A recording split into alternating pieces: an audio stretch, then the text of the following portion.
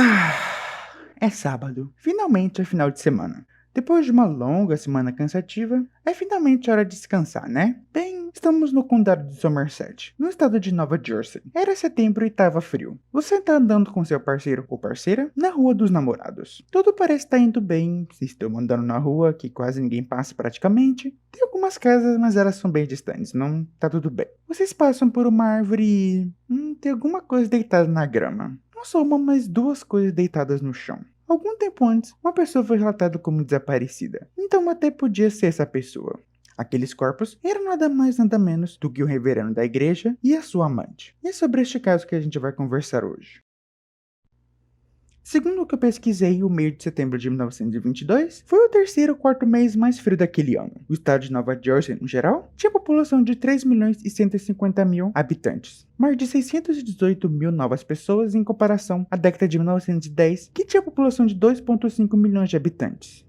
4 anos atrás tinha acontecido a Primeira Guerra Mundial, na qual, a nível de curiosidade, Nova Jersey foi um dos principais estados que construíram e fabricaram muitos navios utilizados naquele período, além de fábricas e refinarias de munição que também foram construídos, mas que depois elas mudaram seus produtos e agora vendiam produtos químicos. Isso fez com que Nova Jersey se tornasse um dos maiores produtores químicos do mundo. Na década de 1920, tanto a taxa de população quanto a taxa de novos empregos subiram bastante. Um dos principais fatos mais marcantes da história de Nova Jersey aconteceu em 1922, e que é o nosso caso. No dia 16 de setembro de 1922, um casal, o Raymond Schneider, de 23 anos, e a Pearl Balmer, de 15, lembrando que isso na década de 1920 isso era mais comum lá do que é hoje em dia, eles estavam passando pela Rua do Amor ou Rua dos Namorados, vamos chamá-la assim. Um lugar meio isolado localizado na cidade de Somerset, que era muito usado por casais que queriam ter momentos sozinhos. Os dois acho que estavam fazendo um passeio, talvez dando uma volta por aí, essas coisinhas de casal, sabe? Até que em algum momento eles acabaram se deparando com uma coisa estranha.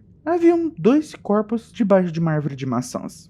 Eles estavam deitados de costas um do lado do outro, tinham vários papéis rasgados no espaço entre aquelas duas pessoas. Uma coisa interessante é que a mão de um deles, especificamente da pessoa da direita, estava no pescoço do da pessoa da esquerda.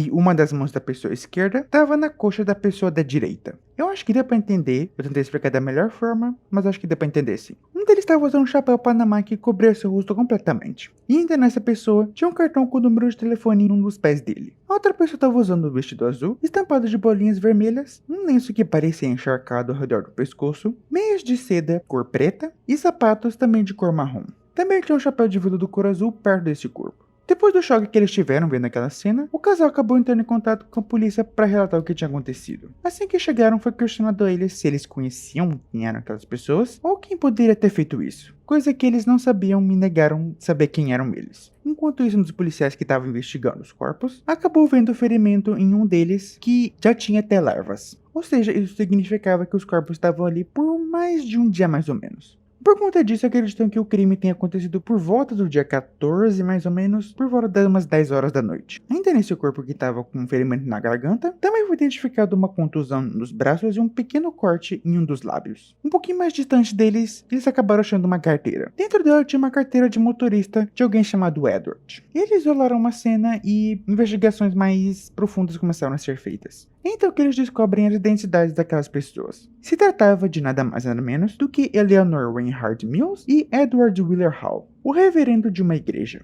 Primeiro, a Eleanor. Ela nasceu em 1888 e na época que tudo aconteceu, ela já era casada com James E. Mills. Ele era sacristão, que meio que seria um zelador, só que de coisas da igreja, mais ou menos isso. Além de que ele era realmente um zelador e trabalhava numa escola. O casal teve dois filhos, a Charlotte E. Mills e o Daniel Mills. Eleanor participava do coro da igreja em que Edward era o reverendo.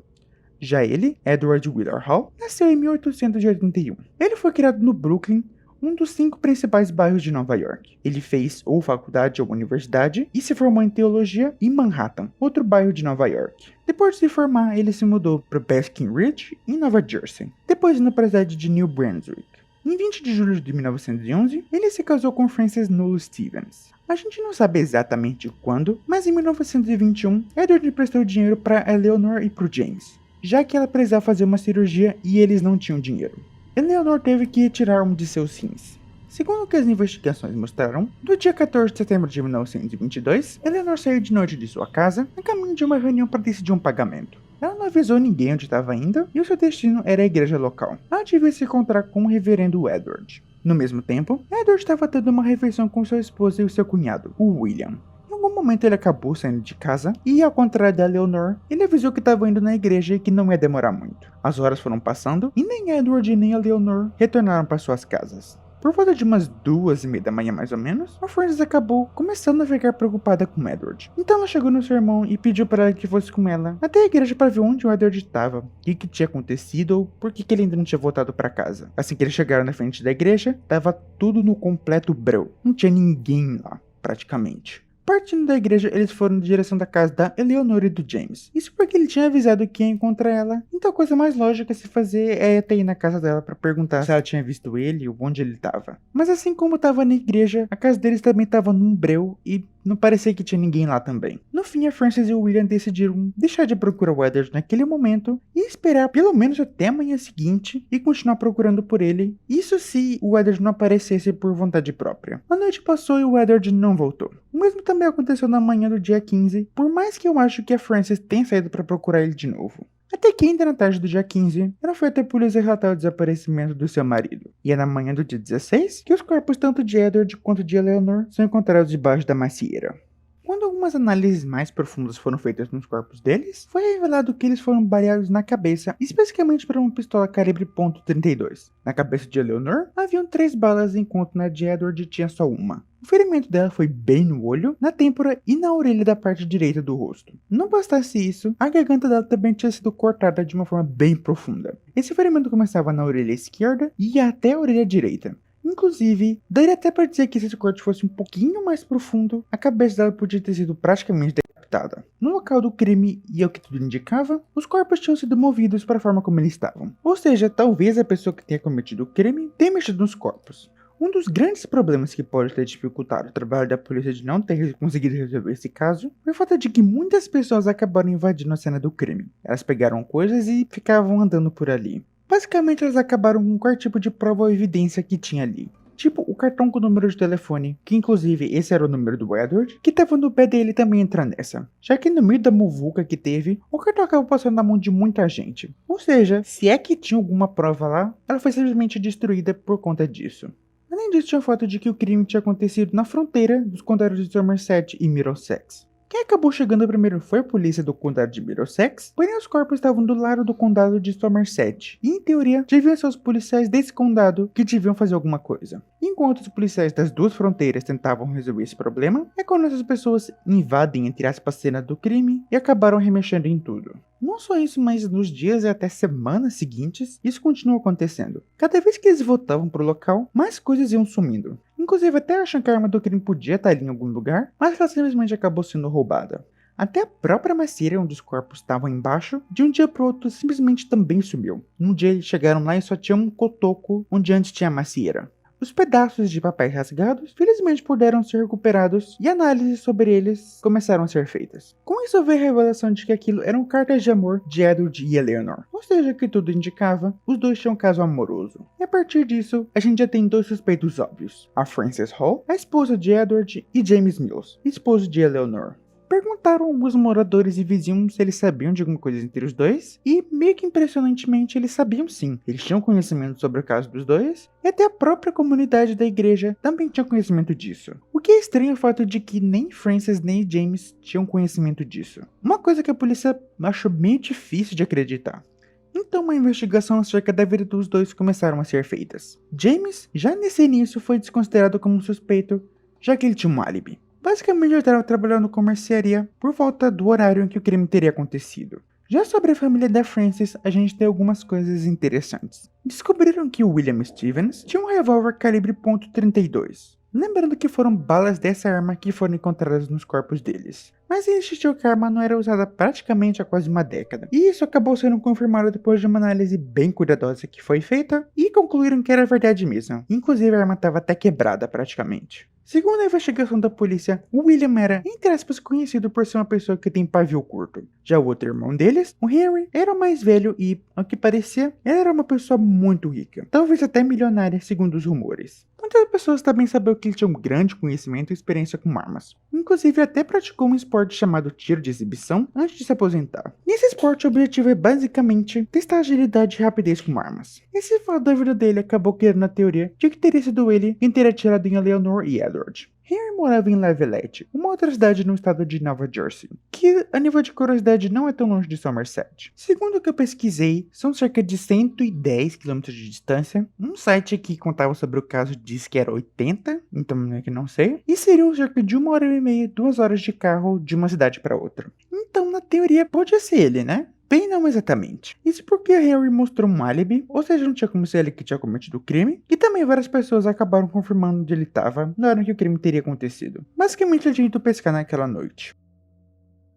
Perto da macieira onde os corpos de Eleanor e Edward foram encontrados, tinha uma fazenda de porcos, e a proprietária era a Jane Gibson. No dia 24 de outubro de 1922, ela foi até a polícia contar algo no mínimo interessante. Na noite do dia 14 de setembro de 1922, por volta de umas 21 horas mais ou menos, do nada os cachorros dela começam a latir. Uma coisa comum quando cães veem uma pessoa desconhecida. Ela disse que viu algumas pessoas andando no seu milharal. Ela achou aquilo estranho e decidiu ir atrás para ver o que estava acontecendo. Por mais que isso seja uma atitude bem questionável, a gente tem que lembrar de novo que a gente está em 1920, então... Por mais que até hoje seria estranho ver pessoas andando no milharal à noite, e também que ela tinha uma fazenda de porcos e uma criação de milharal. Então ela podia ter achado que alguém estava indo lá roubar alguma coisa dela. Enfim, ela foi atrás deles e acabou parando perto da macieira e parecia que uma discussão bem grande estava acontecendo. Jane conta que viu algumas pessoas. Uma delas estava usando um casaco comprido, ao que eu acho que seja, cabelos compridos e também tinha bigode. Uma das mulheres simplesmente gritava para um deles: "Explica essas cartas." Em um certo momento, então mais tiros foram ouvidos e outra pessoa caiu no chão. Uma mulher disse: "Não. Não." Assim que a Jane estava prestes a ir embora, porque ela tinha medo de que alguém pegasse ela, um grito final pôde ser ouvido e ele dizia apenas: "Henrique." A polícia acreditou, mas ao mesmo tempo não acreditou totalmente na história dela. O que deixou a coisa pior pro lado da Jane é que toda vez que ele ia contar essa história de novo, ela mudava uma coisinha aqui e ali, ou sempre acrescentava uma coisinha ali aqui e ali. Da segunda vez que ela contou essa história, ela disse que tinha um carro com faróis acesos, uma coisa que ela não tinha mencionado antes, e era uma coisa que acabou ajudando ela a enxergar tudo. Ela também disse que uma das mulheres tentou fugir. Dessa vez ela disse que tinha 2 mulheres e 2 homens, e que quando 2 deles foram confrontados pelas outras 2 pessoas por conta das cartas, uma das mulheres tentou fugir, mas um dos homens acabou pegando ela e arrastando de volta para a macieira. Depois disso, ela foi morta a tiros. Numa terceira entrevista, Jane disse que depois que tudo tinha acontecido, já quando ela estava em casa, ela acabou percebendo que tinha deixado uma coisa para trás, e por volta de umas 1 hora da manhã mais ou menos, ela acabou voltando para perto da macieira para pegar essa coisa que ela tinha deixado cair. Ela voltou, pegou essa coisa, e quando estava para ir embora, ela viu uma coisa que acabou chamando sua atenção. Quando ela olhou para a macieira de novo, tinha uma pessoa viva lá. Era uma mulher que estava ajoelhada e chorando ao lado do homem morto. Jane disse que aquela mulher era nada mais nada menos do que a Frances Hall, a esposa do Edward. Alguns dias depois, Jane disse que um dos homens era o Henry Carpenter, o primo de Frances. Outra coisa que fez com que o relato da Jane fosse perdendo credibilidade com o tempo foi o relato de uma outra moradora que morava ainda mais perto da macieira do que a Jane. Segundo a senhora Frawley, na noite em que o crime aconteceu, nem ela nem o inquilino que morava na casa dela ouviram nada demais naquela noite. Nenhum som de tiro ou discussão, segundo eles, tinha acontecido. E no dia seguinte, a senhora Frawley conversou com a Jane pela manhã e ela não tinha comentado nada sobre tiro, mulher chorando, nem carro, nem nada. O que é estranho levando em consideração a natureza fofoqueira da Jane. Alguns meses depois, já em novembro de 1922, os promotores do caso decidiram levar algumas acusações feitas para um tribunal composto de um grande júri. O julgamento principal levou cerca de 8 dias, e no total, 77 testemunhas depuseram, incluindo a própria senhora Frawley. Dessa vez, o que ela tinha contado o que tinha acontecido na noite de 14 de nove de 1922 era coerente com o que ela tinha contado antes. Só que parecia que tinha uma coisa a mais que contradiz o relato da própria Frawley.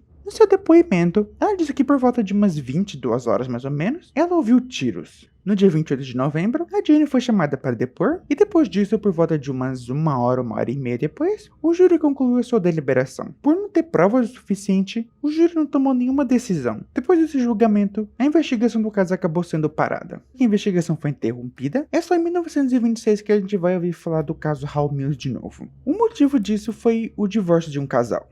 Por volta de setembro, outubro de 1925, o casal Arthur Ray Hall e Louise Garst se casam. Ele era um afinador de pianos e ela era uma empregada doméstica. Mas 10 meses depois, especificamente no dia 3 de julho de 1926, Arthur acaba pedindo o divórcio de seu casamento. E a coisa interessante aqui é um dos pontos que estava na petição. Era que a patroa da Louise tinha dado $5.000 para eles, para que eles não contassem nada do que tinha acontecido com Eleanor e Edward. A patroa da Louise era a Frances Hall, agora viúva de Edward Hall. A história que foi dita conta que Edward tinha contado para Louise os planos deles de fugir com Eleanor. E ele até pediu que aquilo fosse algo que ficasse só entre eles. Mas não foi bem isso que aconteceu. A Louise acabou fofocando para Frances sobre os planos dele de fugir com Eleanor. Já tendo tudo em mente o que ia acontecer, Frances e William, o irmão dela, foram levados pelo motorista até o local de encontro deles. E aí teria acontecido o que aconteceu. Tanto Louise quanto o motorista, o Peter Tummet, disseram que não sabiam nada sobre os assassinatos. Mas essa história acabou chegando na mídia e até chegou no novo governador de Nova Jersey, o Harry Moore. Por pressão dele, os promotores decidiram reexaminar o caso. 3 semanas depois do que Arthur contou sobre sua esposa e a família Hall, no dia 28 de julho de 1926, Frances, William, Henry Stevens e o Harry Carpenter foram presos, acusados de serem os assassinos de Eleanor Mills e Edward Hall. Depois que os 3 foram presos, começou o processo do julgamento. Em algum momento, o Harry Carpenter pediu para que ele fosse julgado de forma separada e no fim permitiram isso. O processo começou mesmo no dia 3 de novembro de 1926, e uma das principais testemunhas da acusação era o relato da Jane Gibson.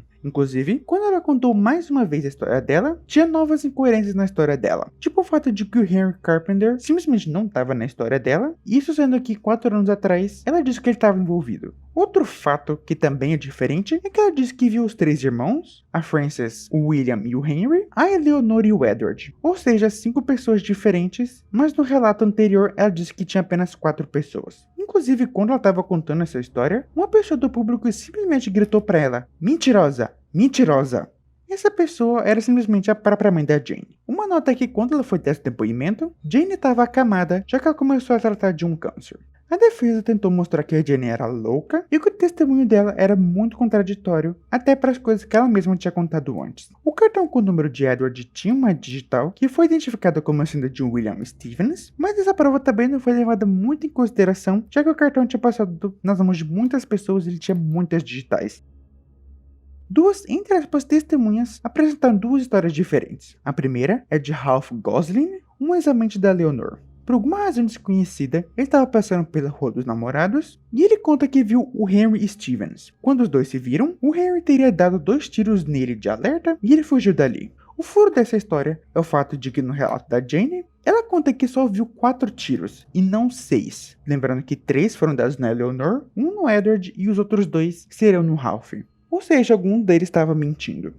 A outra testemunha foi um ex-policial estadual chamado Henry Dickman. E ele disse que tinha recebido $2.5 mil do primo de Frances, o Henry Carpenter, para que a investigação acerca do Saul e dos Carpenter não acontecesse. O outro furo dessa história também é que o Henry Dickman tinha acabado de sair da prisão de Alcatraz. Ou seja, não tinha como ele ter recebido esse dinheiro e nem estar trabalhando na polícia no período em que ele estava preso. Durante todo o julgamento, Henry e Frances mantiveram o pé de que eles não tinham cometido crime nenhum. No dia 14 de setembro de 1926, Henry mostrou seu álibi de novo e ele foi confirmado por pessoas que estavam no lugar e acabaram vendo ele por lá. Esse julgamento teve no total cerca de 157 testemunhas e depoimentos. E então que no dia 3 de dezembro de 1926, Frances, William, Henry Stevens e Henry Carpenter são declarados inocentes das acusações de serem culpados dos assassinatos de Eleanor Mills e Edward Hall. No fim, esse julgamento durou por volta de mais ou menos um mês, e a deliberação final durou cerca de 5 horas para concluir tudo. Depois, surgiram umas pessoas, entre aspas, confessando que teriam cometido esse crime, mas no fim era tudo mentira. Para esse caso, a gente tem algumas teorias. Por exemplo, tem uma teoria que conta que teria sido a própria Jane que teria matado a Eleanor e o Edward, e há teorias que contam motivações diferentes. Tipo, tem a que conta que ela podia ter confundido os dois achando que eles eram intrusos, tem a que conta que ela teria sido rejeitada por Edward, e como vingança, ela matou tanto ele quanto sua amante. Também tem teorias que dizem que pode ter sido alguém que um dos dois pode ter rejeitado, ficou puto ou puta e decidiu se vingar deles. Há quem acha que tem matado os dois tenha sido a Frances, há quem acha que foi a KKK que podia ter cometido esse crime, principalmente pelo fato das cartas rasgadas e o cartão com o número de telefone ser algo comum de cenas de crimes cometidos por eles. Assim como há quem acredite que o marido da Eleanor tenha descoberto a traição e matado os dois. Quando o caso voltou à tona, em 1926, uma autópsia feita no corpo de Eleanor revelou uma coisa no mínimo intrigante. A língua e a faringe dela, que é o órgão que liga a boca à traqueia, foram simplesmente cortados. O caso dos assassinatos não resolvidos dos House Mills é considerado o crime do século. Atualmente a família Mills está toda enterrada no cemitério Venville, em norte de Brunswick. A Charlotte, que tinha nascido em 1906, faleceu em 1952. Daniel, que nasceu em 1910, faleceu em 1992. Já o Edward está enterrado com sua família no cemitério Greenwood, no Brooklyn. Até os dias de hoje, o caso Hall Mills ainda não foi solucionado. Não que eu acho que o vá ser algum dia. Inclusive, daqui a alguns meses, esse caso vai completar 100 anos desde que ele aconteceu. Praticamente um século e ele ainda não foi resolvido. Mas o que você acha que aconteceu? Será que pode ter sido a Frances que matou eles? Será que foi alguém rejeitado? Bem, comente nos comentários o que você acha que aconteceu. O que aconteceu na noite de 14 de setembro de 1922 com o reverendo Edward e a sua amante Eleanor Mills permanece um mistério até os dias de hoje. Se tu gostou do nosso conteúdo, peço que você deixe um like e se inscreva no canal. Te vejo no próximo vídeo. Até!